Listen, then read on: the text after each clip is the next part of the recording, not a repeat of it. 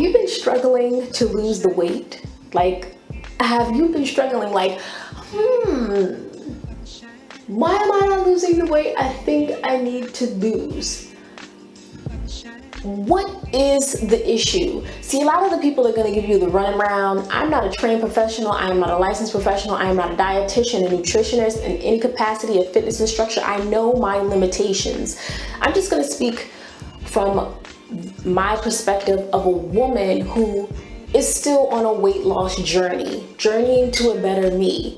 And in my inspirational weight loss Q&A video, you guys really loved the information and how genuine I was, because I'm not trying to dress up my truth. I'm not trying to disguise it. I didn't do any type of gimmick, any pill, any like weight loss, gimmick.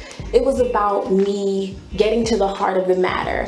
And a lot of the times at the center of your weight loss journey, there lies a better, stronger you, and you're trying to learn how to navigate towards that. And it's these little things like food, conditioning your body to exercise, and how to hydrate and nourish yourself in a way that's conducive to becoming healthier. Don't let anyone trick you into thinking you have to have this rigid, structured life. Now, let's be aware, the more weight that you do have to lose, you may have a little bit more of a confined, type of boundary, because you have more to lose. You have a lot more to lose, and at that point, it's a potential health risk. And I mean, weight fluctuates. You will notice on a weight loss journey, you will gain weight and you will lose weight. And I mean, unless you're out here making gains like the Hodge twins, that's your story. That was never my story. Like, I don't make gains like that. I'm trying to make losses. And for one, I don't look at the scale nearly as often as some people may suggest. But if you want to know why you are unsuccessful at your weight loss journey, I'm going to challenge you to be honest with yourself and state facts. Are you logging what you eat? Do you know that logging what you eat gives you more perspective than anyone else can? You are making a conscious effort, taking the initiative to see what you are putting into your body and what is the root of the issue as far as food consumption. I know some of my viewers mention that they eat candy for breakfast or sweets uncontrollably, and that is like their kryptonite. I understand that it's so easy to do things that are comfortable to you, that you kind of conditioned yourself to doing, but that's what's holding you back. Don't just talk about how you ate yogurt and granola for breakfast. I need you to also reference the Snicker bar that you had at lunch, along with the salted caramel Haagen-Dazs gelato. Like, that's important. See, I believe in cheat week. And when I look at my body and then I step on the scale and I see that the numbers are not fluctuating, not going down, not going up, we're stagnant, I know why. And then, are you being active enough? Why are you so hesitant to get physical? I have young women who email me. You can email me at alwaysaskpink@gmail.com.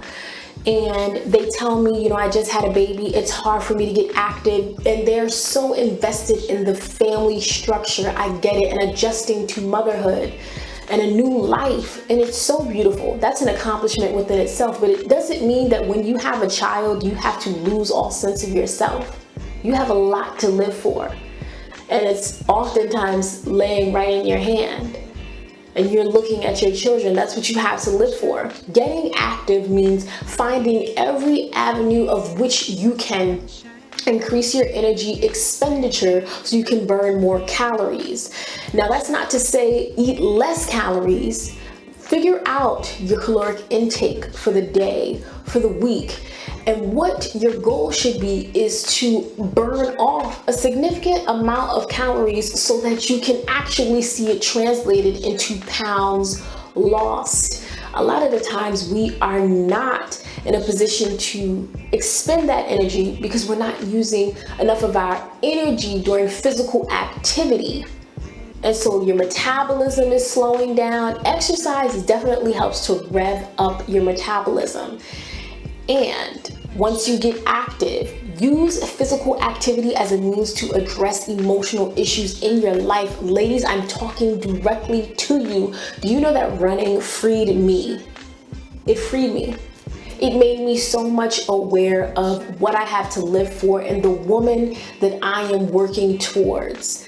Each run, every mile, about conditioning my body to become better, to learn how to, withstand a longer run and be stronger at the end. I love the strength mentally, emotionally, and physically. Just the mere act of running, that's what it does for me. And that's why I said it frees me. You need to figure out what is going to free you. Don't be afraid. Take out the fear and get active. Start small. Go to the park. Get active with your children. Involve your loved ones in your life. That is how you kind of garner that support and that success, by involving others, because a lot of the times you can't do it on your own, and there's nothing wrong with that. And to those who feel alone, if you feel like the reason why you aren't successful at your weight loss journey is because you are alone, reevaluate the energy that you surround yourself with. You are a sum of positive and negative energies, and if your negative energies outweigh the positive, you will always find that you are unsuccessful on your weight loss journey. There's an imbalance. And as long as that imbalance exists, it's going to have an impact on you emotionally, mentally, spiritually. Do not allow traumatic events, negative events, to have an adverse effect on your success. You have to get moving. And stop skipping meals in the morning. A smoothie will not hurt you. You need to get your metabolism in gear. Skipping meals tricks your body. It thinks it's in starvation mode. That's why when you finally sit down to have a meal at lunch, you're overeating. You're binge eating, trying to feel that fullness. Meanwhile, you could have registered being full if you would nourish your body. Eat more protein. Learn how to nourish your body so that it can sustain fullness and be satisfied, so you're not looking for food to eat over time. Get rest. Rest is something that many of us do not get. Without rest, you're irritable, you're more stressed. Your body is not able to kind of like take it down at night, slow down and play catch up. Essentially, that's what the nighttime is for. And then you're not drinking enough water. Your body is comprised of 70% water. You need to give back. If you sweat, give back. If you work out, give back. If you think you drank enough water, drink more. A lot of us do not drink enough water. It's evident in the appearance of our skin. How is your skin feeling and looking?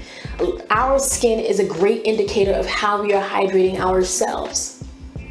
Be kind to your body. Give your body exactly what it needs. Examine your motivation for losing weight. Find the deeper purpose. If you're out here trying to be an Instagram baddie, I mean, to each his own, but you have to find true motivation. It's not about being that baddie. It's about being what you want to be when you feel you deserve to be that person. Make yourself number one. You're not going to lose the weight if you continue to allow problems to manifest. You're not going to lose the weight if you don't change the way that you eat.